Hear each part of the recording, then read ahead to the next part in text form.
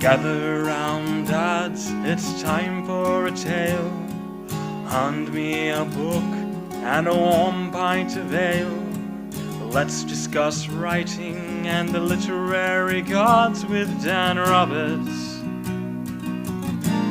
on the Dad Lit Pod. Welcome to the Dadlit Pod, the literary podcast for the EOD enthusiast in your life. Tonight, I'm joined by Nick Nethery, or Nethery. Nick Nethery. Yes, right, Yep. Nick? Yep. He is a writer of science fiction and fantasy, including his new book, Relics of the Fallen, a near future military sci fi novel. He's curated 4 collections of short fiction for Raconteur Press, including Space Marines 3 and the Weird West series. Nick is a retired soldier who is now a full-time dad and trophy husband. Congratulations on that. He Thank has you. worked as a bomb technician, teacher, sandwich artist, go SU, dishwasher, caterer, among other jobs. In the Army, Nick earned his jump wings, air assault wings, explosive ordnance disposal badge, and lots of other uniform candy. If Nick had free time, his hobbies would be hiking, foreign films, and gaming. He enjoys tabletop gaming like Gloomhaven or Giant Killer Robots, and he is a graduate of Texas A&M, and he is another uh, Texas dad lit author because Texas has a ton of them. Welcome to the podcast, Nick. Howdy. Good to be here. It's good to have you here. Always excited to have an EOD guy on. This is an important question. Do people often have to wait a long time to see you? How Yes. often? How Yes. often? How, Yep. Yep. uh, That's unfortunately there's not too many of us. So sometimes you have to wait a while. yes, yes. For those who don't know, there is a joke amongst veterans of particularly Iraq and Afghanistan that when approaching an unknown ordnance, it often takes a while to get the EOD guys on site. Yep. So you were both a paratrooper and a and an EOD professional at the same time. Yeah. So no. And I was really only a paratrooper in I mean a real paratrooper would call me a 5 jump because right at the end of my jump school, my orders got diverted to 101st Airborne, not 82nd Airborne, and it at the time I was heartbroken. I thought it was the end of the Yeah. world because I wasn't going to get to jump out of airplanes. And all these years later, I think my knees and my back really probably appreciate it. So I actually never got to do another jump. I tried to. There were a few times when I was like when I was in Europe, the Germans would be doing a jump or something, and I'd try, and the timing would never line up. So I guess only in I only checked the block at the school. I never got to do it for real, especially not in Oh, combat. yes. Well, my brother was in the 82nd Airborne, and he never jumped in combat, though in training, it was a frequent feature of his experience. So, Right, right. And I yes. was actually later I was posted to Fort Bragg, but by then I was already a bomb technician, so we weren't organic to the division. And so, I'd be driving home sometimes from my shop and I'd see all of the guys going out of the birds and I was jealous that I never got to do it again. Yeah. Well, what did you end up doing instead? So I went to the 101st, and I was a maintenance officer in the Third Brigade of the 101st. I was a Rakkasan, and I worked in a field artillery battalion, and that was where I was for my first 3 years in the Army. I did that on my first deployment. I was the maintenance officer for that battalion, and I really just ran like maintenance tracker chart and tracked parts. I didn't really, I mean, they let me wrench on a few things here and there, but it was really my soldiers that did the work, and did great work. And then later in that tour, they promoted me to battalion logistics officer, and that's how I finished out my time in the 101st until I went to bomb disposal school. Yeah, where do they do bomb disposal school these days? So at the time, phase one was at Redstone Arsenal, Alabama, Yeah, which is a fascinating place. it is. Yeah. Just a cool, and Huntsville itself is a really neat little town. You don't really know about it unless you're from there or have reason to work there. It's a really cool cosmopolitan little blip in Alabama. And so I was there for only a few months, and then that's the Army phase one. And then the main school is a joint service school, and that's in Florida. It's at Eglin Air Force Base in Florida, and that's a much longer period of time. You end up being there uh, for just over a year, Mm. and that was really fun too. And it was incredibly stressful, very attritive school. A lot of guys fail out, but the great thing about that school is everything is so classified that you can't take anything home to study. So truly, it was about the one time in my career when you're off duty, you're really off duty. Your time is your own. Nobody can call you, and I mean, with rare exception, your weekends and evenings are pretty much free. So it's really not. It's very high stress because you have all these tests coming at you and a lot of information. But in your free time, your time is your own. Yeah, did you get deployed doing EOD work? Yes, yeah. So from there, I went to the captain's course at Fort Lee in Virginia, just for a few months, and then from there I took command of my first company at, like I said, at Fort Bragg in North Carolina. We supported, well, actually, that company was a non-deployable company. We did support to the impact areas and the drop zones and the training areas, and we also did law enforcement support for that whole, really that whole area of the country. There's four or five states all told that a lot of people don't realize. It's not as true anymore this late after GWAT, but back then especially, most even pretty good sized cities don't have a bomb squad, or that Hmm. did not at that time. So um, the kind of the SOP for the police was to call us or the nearest, Air Force base or whatever. But so we worked for 2 years. That's what I did, and I did not get to deploy.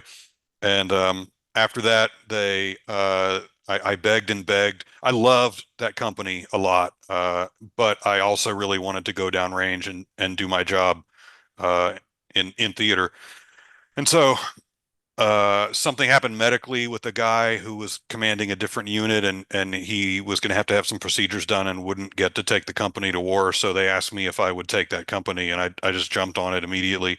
So then we did a short workup. They were already about halfway through their workup to deploy, and then I took them downrange to Iraq, and we were there for about 13 months, towards the tail end of Operation New Dawn, and then uh, kind of a unique mission that hadn't been done before. We got attached right to the State Department, because Hmm. they don't have their own, again at the time didn't have their own organic bomb tech support. So I worked for the State Department for a few months, which was also kind of really cool, a really neat time in my career. So that was my EOD field time really. After that, Hmm.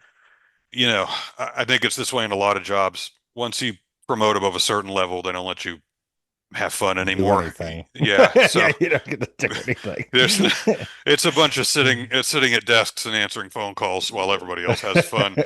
So, but that was my real fun time. Although I had some great jobs later. Yeah, so I bring this up because of course your book, which is Relics of the Fallen, is about EOD, but it's about EOD as applied to unknown objects that can do unknown things. Correct. Yeah. So Yes. the main character is a bomb technician. It's not really truly a solely an EOD story, but that is his Yeah. job, and that is the job they want him to do in this secret special program that he gets recruited into. And yes, they deal with devices, items, artifacts that have begun to be discovered all over the planet. And in the beginning, he doesn't know really what they are. He doesn't even know they exist at first until he gets into this new unit. But their purpose is really unknown. Who created them is really unknown. And as he finds out more about them, we, the reader, also find out more about them. And we also kind of learn with him that the artifacts themselves might not be the most dangerous part of the work. So Yeah. that's EOD is kind of the entry point into that, but it's broader. Yeah, and I think because I really liked this story and the Thank underlying you. themes of this story, because I actually worked with CWC out of the Edgewood Arsenal. Oh, cool. Yeah, so we were doing burn pit research. So Right. basically, Dugway Proving Ground, Desiree, Oof. Yeah. uh, also Redstone Arsenal. Yeah. Sure. Yeah, and one of the fascinating things, of course, was that you got to hear stories about chemical weapon decommissioning. So, for those who are unfamiliar, the chemical weapon, I want to say, convention, which we signed with the Soviets and a number of other states, requires us to account for and dispose of all of our chemical munitions. Right. We're not allowed. We've signed an agreement. We are not allowed to have chemical munitions. And so one of the things that you have to do is you have to account for all the ones that you buried. And we buried a lot of them. Yep. Used to be our main And disposal method. yes, it used to be the main disposal. You dump it in a pit, and you light it on fire. And contrary to popular belief, dumping something in a pit and lighting it on fire is not the best way to deal with unexploded ordnance. Well, not with that attitude. So to me, your book actually felt very real to that extent because having heard stories about, for example, after World War One, we just dumped the mustard gas munitions off the back of a boat running up and down the shore of Delaware and New Jersey. Right. And what ends up happening is that boats that make driveways in Concrete. Yeah. coastal New Jersey will dredge off the coast, and every once in a while, someone ends up with an old mustard gas shell in their driveway and or on the beach. And the guys at CWC get called up because you don't know what's in there. Right. And I think one of the great examples of this was from Redstone. It was either Redstone or it was the one in southern Arkansas where they brought German tractor rockets, so screaming Mimes, as they're otherwise known. And screaming Mimes, or it looks like a honeycomb, and it fires off the munitions in like groups, Right. and they used to make a screaming sound. So initially, the Germans used them for smoke. It was like a smoke shielding idea for an offensive attack. But what they then started doing was putting in HE rounds. And so they're what's called a tractor rocket.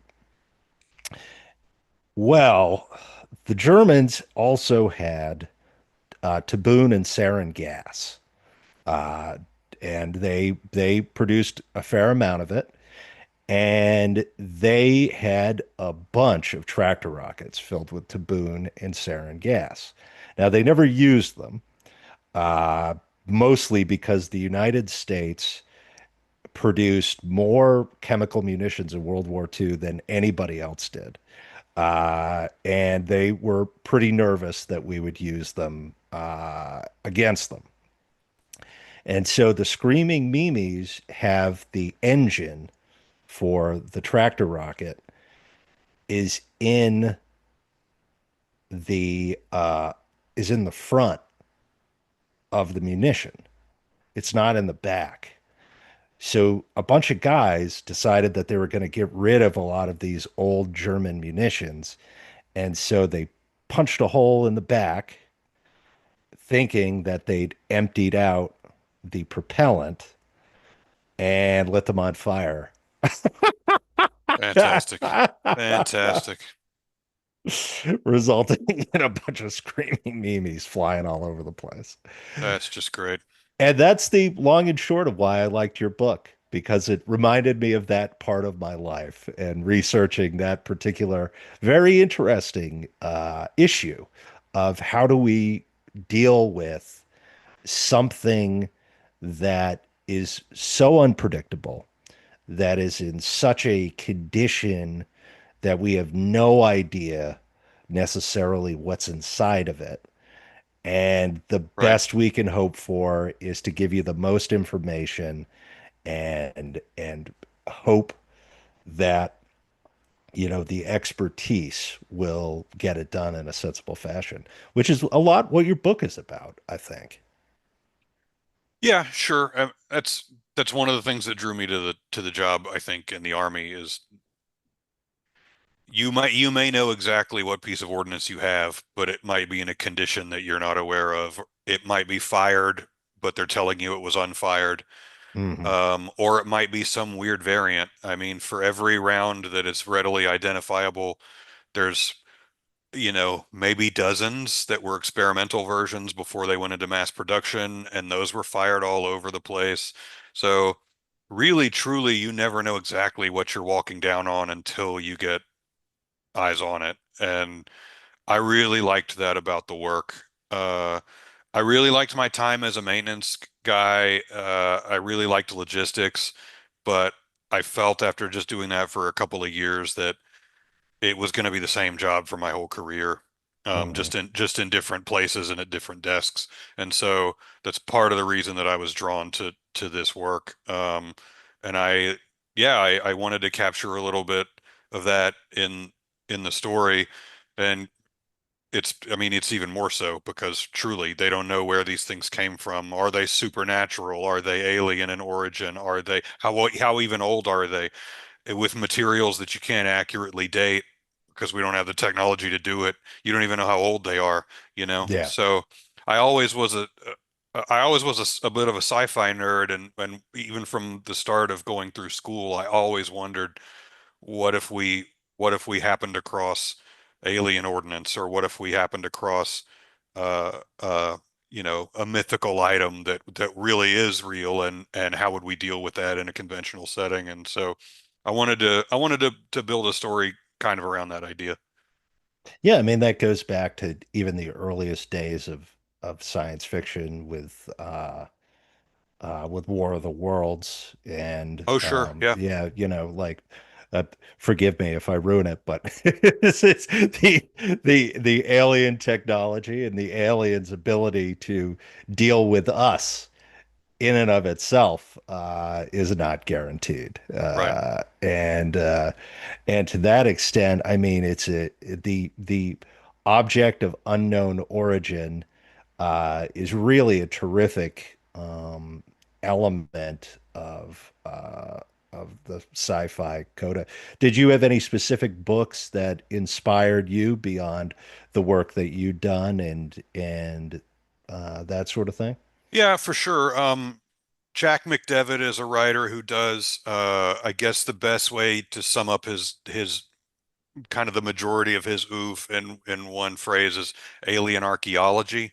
Yeah. Um, it's you. I mean, I've read. I think all of his books. He might have one or two new ones that I haven't, but as far as I can recall, you never meet an alien in any of these books. Mhm. They are going through the ruins of their cities, the ruins of their bases, the ruins of I think even a couple of their old like massive interstellar spaceships here and there. But I mean, a part of the challenge for them is what did what did this or that feature?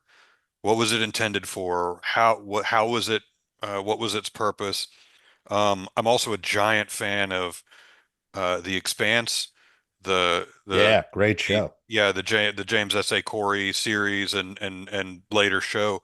Yeah. Um, and when they're discovering this they end up calling it the proto molecule, but this new thing that they're not sure what it is or what it's intended for. One of the characters makes a remark about I'm I don't remember exactly. I'm paraphrasing, but he says, what if what if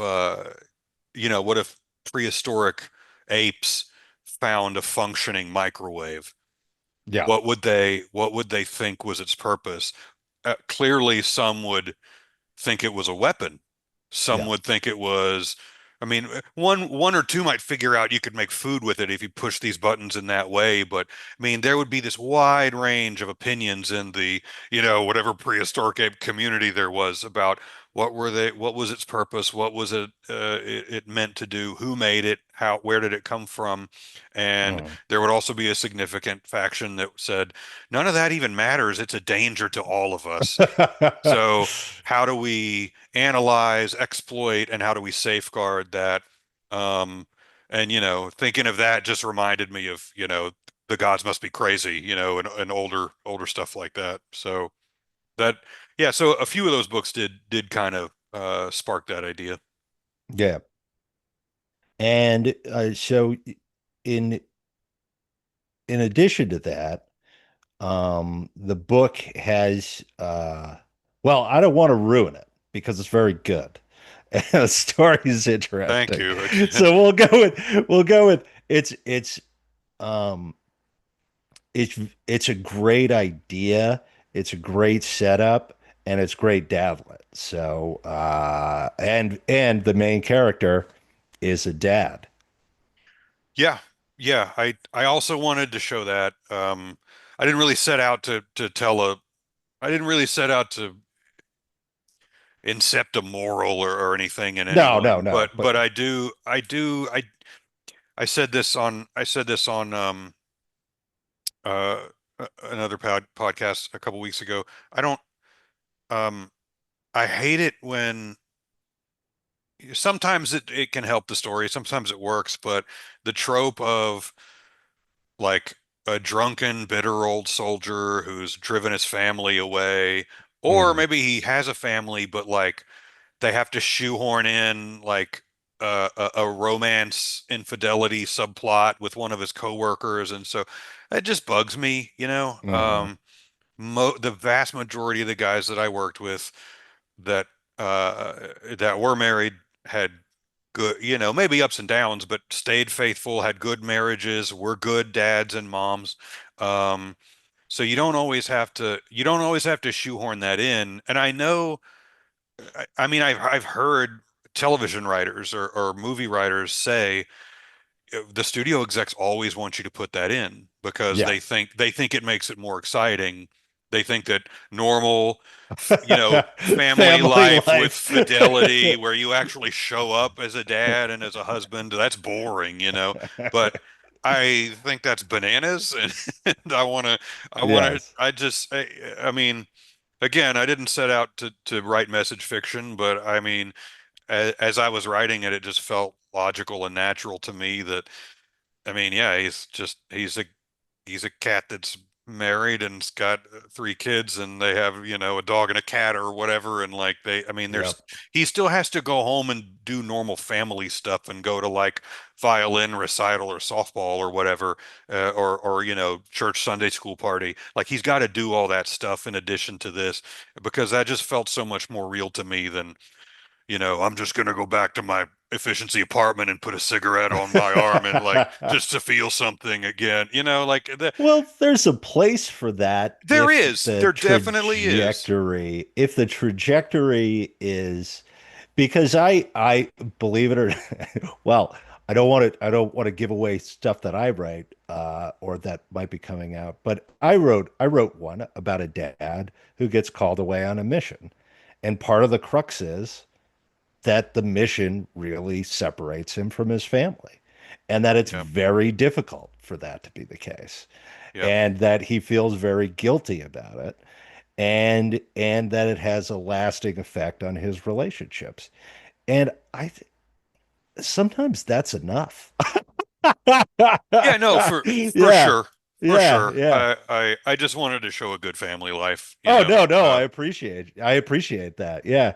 No, it comes down to this sort of thing that a lot of people complain that they don't see, which is men that go about doing their duty and emphasize duty in their life and value it and do it. And that's become sort of like a weird, almost, I'm not going to say it's a weird complaint, but a common complaint in fiction these days is that there aren't enough dads that just are dads. And I like that about Right. your book as well. Well, thank you. I mean, yeah, I hope I captured it. Uh, Obviously every family is different, but I hope I Yeah. captured that dynamic accurately of the particularly before he's getting ready to go out on a mission towards the end of the book. It like and they have their little ritual because he and his wife have been through this enough times where he's Hmm. getting ready to go and he's packing and and the last few days that they kind of have to you do have to kind of emotionally separate Hmm. right before you get on the bird and everybody does it a little bit differently, but everybody I think has that little ritual. And I just wanted to show that this is kind of what, you know, you do before you go out and you're doing something dangerous. So Yeah, yeah. that's it. Did you have that experience when you left? Were you married and had kids at that time, or did that happen after? Yeah, I was always married. We didn't have kids until we didn't have kids my first deployment. Hmm. No, I feel like I didn't do it right the first time. I left and regretted not spending my last few days or week or so um, more not efficiently, but like I mean, when you're on the plane across the Atlantic or wherever you're going, wherever you're coming from, I mean, to me, I felt every second that I wasted not spending time with my wife, I thought, what did I really need to do whatever it was I was doing, you know? Yeah, I mean, I could have been making memories uh that might be the last she has of me, but also like that's what recharges my batteries and that's going yeah. to make me better at my job whenever we get to where we're going. Um, so I made sure thereafter that I only had one long deployment after that, but even when I had short trips, I very deliberately made sure that I didn't. And you've got to make time to do silly stuff. Watch a dumb movie, or go, Hmm. go have a water balloon fight, or go see a silly show or something. But but spend that time deliberately with your and even if you're not married, if I mean your dog or like your mom and dad, or your buddies from school, or your Xbox, whatever it is that you love that gives you joy. I mean, Hmm. spend some time doing that because yeah, you're probably going to come home statistically. You'll probably be fine, but like you're still going to regret not doing that. Hmm. And it's on the back end too. Don't waste time after you've gotten home. Like there's going to be plenty of time to go and do time waster stuff, but make sure you reintegrate really intentionally with the things and the people that you love when you get home. Yeah. Do you think is uh, being away and being in country for a prolonged period of time, do you feel that the experience is um, that you stay the same and you come back and everyone else is different. Was that your experience, or did you have the experience that uh, you came back different and everyone else was the same? Just thinking Yeah, about, I don't think I don't think I don't think anyone changed really. I thought I have felt different every time I came back. hmm. For unless it was just for a few days. And that's not to say that I saw anything terrible or I was Yeah, horribly yeah, no, it's traumatized just or the, whatever, but I mean, it's, I really like a I love this show Peaky Blinders on Netflix. It's like a hmm. crime show with it's a kind of an organized crime family early 1900s in England, and they're all World War One vets. It's kind of in Yeah, the interwar period. I don't know if you're familiar with the show, but uh, they there's one episode where somebody's talking about a member of kind of like a rival crime family and how one of their favorite sons or maybe the dad, I forget, doesn't, but he didn't come home like he did that he didn't yeah, come back from France, and the main character says none of us came home. yeah, That really resonated with me because I've you I mean you do just kind of accidentally, even if you don't have a frontline job or uh even if you're not like an infantry guy or a Cav scout or a you know, an attack helicopter pilot. I mean, you just kind of stumble over some terrible things once in a while, and it's just not you're going to carry that with you in your rucksack the rest of your life. So, um, and you just have to accept that you're not gonna turn a corner and run into the old you. Um, and I think the guys that really fight that are the guys that have trouble coming home. hmm. Yeah. It feels like there's a lot of that in your character. Yeah, well, I mean, spoiler alert, a terrible, horrible thing happens Yeah, to him happens to him. Yes, right in the beginning yes. scene, and yeah, he has a hard time getting over that. He feels Mm, guilty that he survived, and he can't I feel like he has by the time we really get to know him, he's gotten over a lot of it. He's forgiven himself for a lot of it, but there's no I think I even have him say at one point, it's not like getting a tattoo. It's like yeah. working out. It's like working out. You're never gonna do the last push up or run the last mile. It's always you're gonna have to maintain, and it sucks. It's terrible. It would be great if you could just do okay, I've done enough push-ups. I'm gonna have great shoulders and pecs for the rest of my life, but that doesn't work Mm, like that. So, and I didn't, again, that wasn't, I didn't intentionally set out to write PTSD trauma, you know, message fiction either, but that's a part of it for a lot of us. And it's just something you learn to deal with sometimes in unhealthy ways and sometimes, you know, but it's never fully gotten over, I think. yeah, I think it's not. I wouldn't even say that it's. You use message fiction. It doesn't come across as message fiction. It just comes across as an aspect of experience and authenticity. That's my read on it. As going through the book and tackling the book. But yeah, very well done, Nick. I like the Thank book a you. lot. Thank you. So let Appreciate it. so if you don't mind, I'd like to learn about Raconteur. Sure. Am I Sure, I pronouncing can. it? First of all, am I pronouncing it correctly? Raconteur, yeah, a Yeah. raconteur. If you want to be more like the The French, French? it's Yeah. a loan, you know, it's a loan word from French. Raconteur is a so they're a small press, still pretty new. So I don't know. Hmm. I'm not a MBA guy, so I don't know what the cutoff is for startup versus like a more established. But it still feels very much like a startup. It still Yeah. has that atmosphere, which is one of the things I love about it. It feels very much like the phrase I use a lot is a pirate skiff. Yeah. Um, and I so towards the end of my career, once I knew that I was going to put my papers in, I started looking around at companies that I could intern with.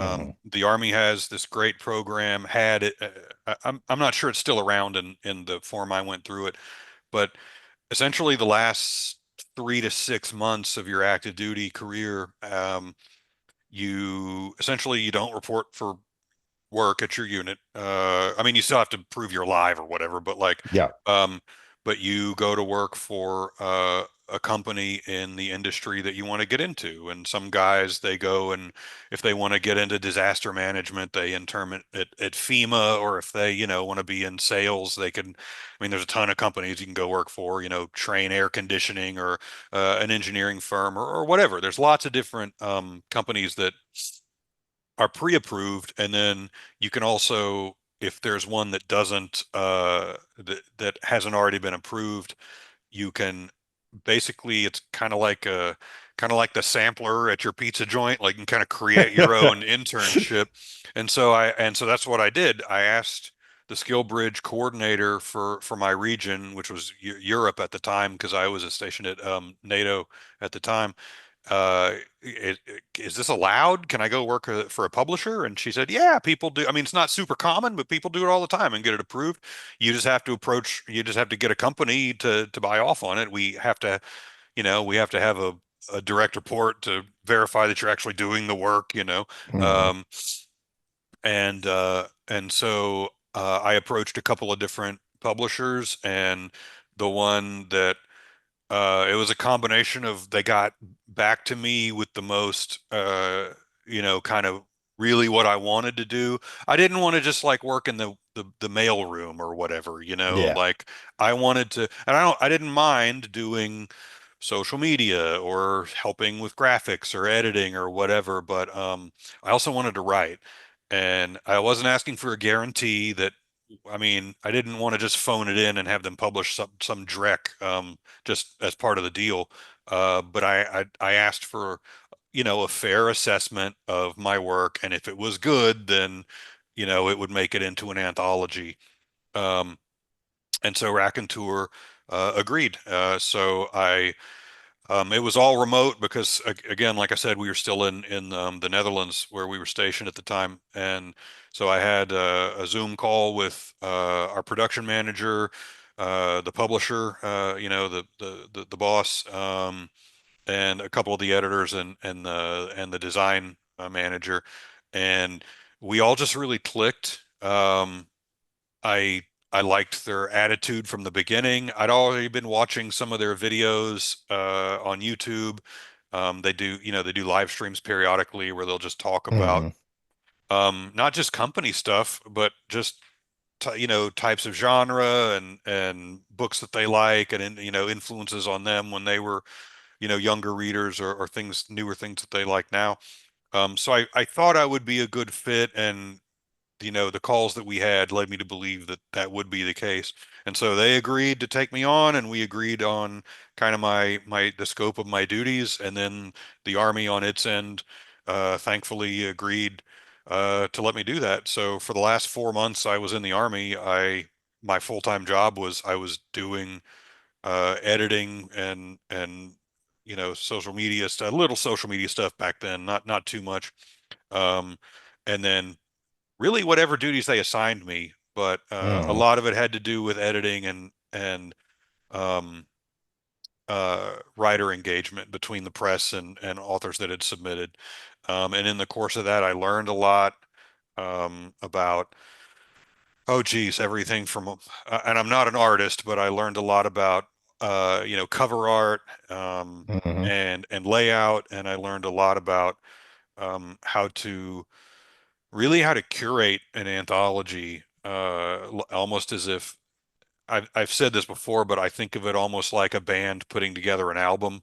Um, Hmm. some songs that they've cut, they like them a lot, but they just doesn't fit with the rest of the flow of the album, and keeping peaks and valleys, so all of your great bangers aren't at the front of the album, and Yeah. it feels very much like that to me, and I analogize that because I at one time was a musician, and so. And then at the end of the internship, I retired, and they basically just kept me. They kept me on. It's still very much a new feeling company, and it still feels very much like an insurgency, and we put out a ton of anthologies, themed science fiction, fantasy, detective, western, um, and then just this past year, we've moved into novels, one of which they liked enough to publish was mine, Relics of the Fallen. So Mhm. I'm also very grateful for that because that was a really cool experience too, and also new for me. Um, so that's Raconteur, and just again, luckily, I didn't really know it or I hadn't internalized it at the time, but also a bunch of crazy people living in Texas, like I was moved. I wanted to move back to Texas, back home, so it worked on that level as well. Yeah, what do you think it is about Texas that it's producing so many male authors, particularly veteran authors, and particularly people coming to it from a dadlit perspective? Because Huh. I would say one of every two authors that I interview is is from Texas. Is it just population? That's a good question. I mean, I think it's partly that. I think it's also and so take this with a big shot of tequila and a grain of salt, but I'm biased, right? I mean, Yeah. I'm a te I all everywhere I lived all around the world, I always knew I wanted to end up back here, because I love it. I love where I grew up. I love everything about most things about the state. I and I think it attracts, in the same way that almost like an Alaska or a Vermont does. It attracts a very individualistic mindset. Um, Hmm. and it's also, since you mentioned the veteran thing, I don't know of another state that's as friendly to veterans as far as post-service education benefits. There's essentially an entire another version of the GI Bill here, Hmm. that's state funded. Um, you're, I mean, there's benefits for your kids to use. There's uh, tax breaks. There's veteran hiring preferences that are over and above what the federal ones are for a lot of the state agencies and for companies incorporated within and headquartered in the state.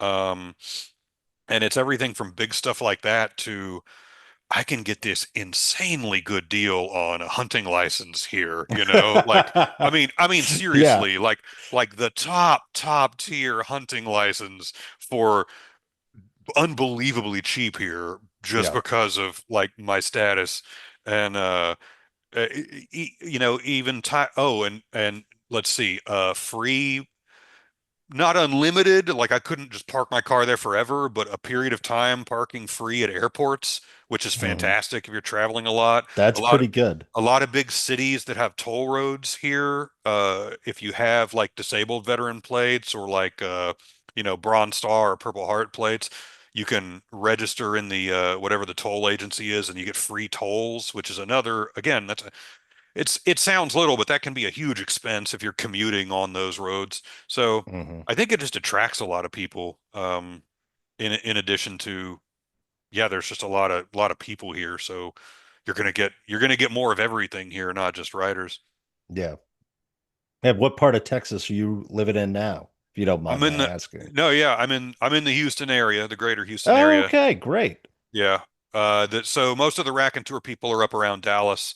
Hmm. Um, but again, we've got friends of the press and people that work for other presses in kind of the same the you know kind of the same small press insurgent feel that work all over, live all over the state.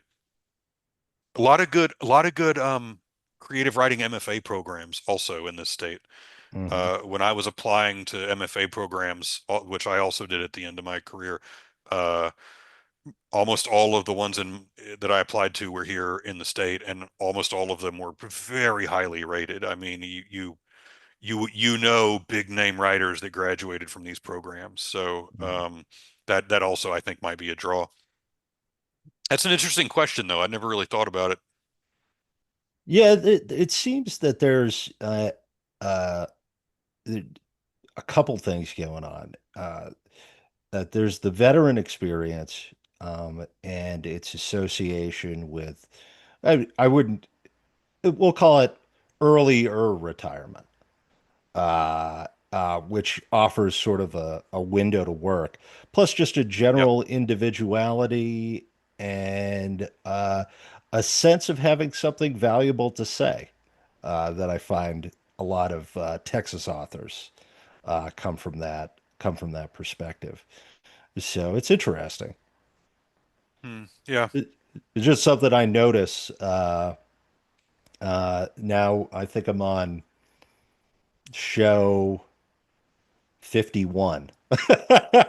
That's that I got a lot of authors from Texas. Well, I mean, if anybody's, in a position then to notice a pattern, it's you. Yeah. I hadn't really thought about it. I do think of big name writers from Texas, uh, I mean, Ro R.L. like Stein. Ro Robert E. Howard, I Yeah. mean, Yeah. like giant name, from just up the road near San Angelo. Like, I mean, um, yeah, I'll start paying more attention now. I hadn't really thought about Yeah. it. I mean, because I was looking at the Texas Book Fair, for example, and the Texas Book Fair just has a massive number of writers. And I'm like, Yeah. well, there are a lot of writers in Texas, but at the same time, uh, you know, there I don't find as many writers in California, for example, that are writing books. You know what I mean? Don't Hmm. hear from a lot of writers out in California. Some, but compared to, for example, Texas, a lot of dad lit in tech coming out of Texas. That's good. Good for us. Yes. You know, it's just a cultural question because when I moved down here to the DC area, particularly Northern Virginia, where I live, there are a lot of active duty service people. Oh yeah. And when you have a lot of active duty service people, you just have a different culture. Right. Uh, they keep different hours. They drive different cars. Everyone drives a Jeep. The Jeeps are ubiquitous. Trucks are ubiquitous. Yep. And coming from Maine, for example, everyone had a truck in Maine. It was just, 10 years old and on its last leg. That's Beautiful it's country. Beautiful beautiful. country though. It's very nice. It's very nice. But yeah, so that's an interesting thing. What's next for Nick Nethery after you get through promoting Relics of the Fallen? You have anything new in mind or another book that you're working on? Yeah. So I just finished selecting stories, curating another anthology for Raconteur. This one will be about stories of mercenaries. Oh, fun.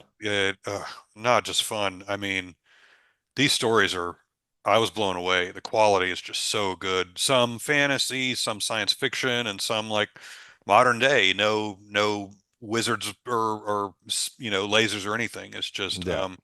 and wow, some really good stories of which I'm jealous. And the so that'll be coming out at the end of this month, I believe. I think it's Halloween Day that drops, if not right around it.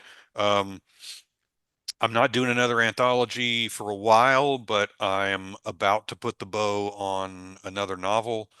This one's a fantasy, and I'm a day or two away from I think being done with the first draft.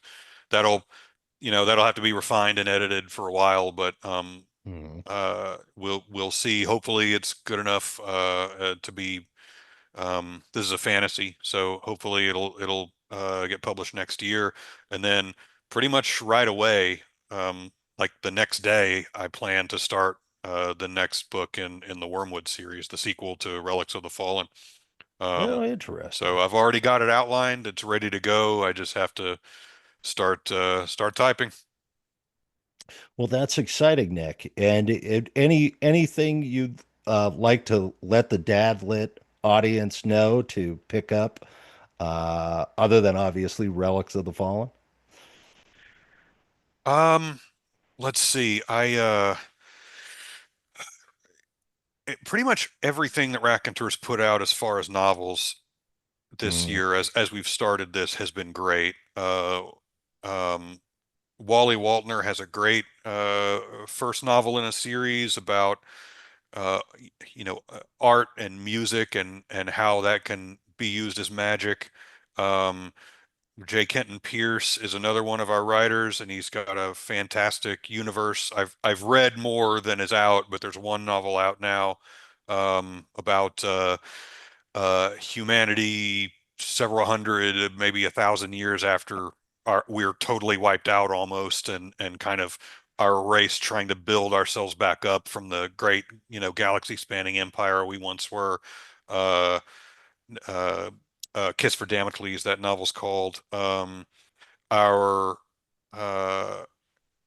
he's also on staff. One of our writers, Sam Robb, his serials to precede the full novel release, Sigils, it's called. They've been dropping the last couple of weeks.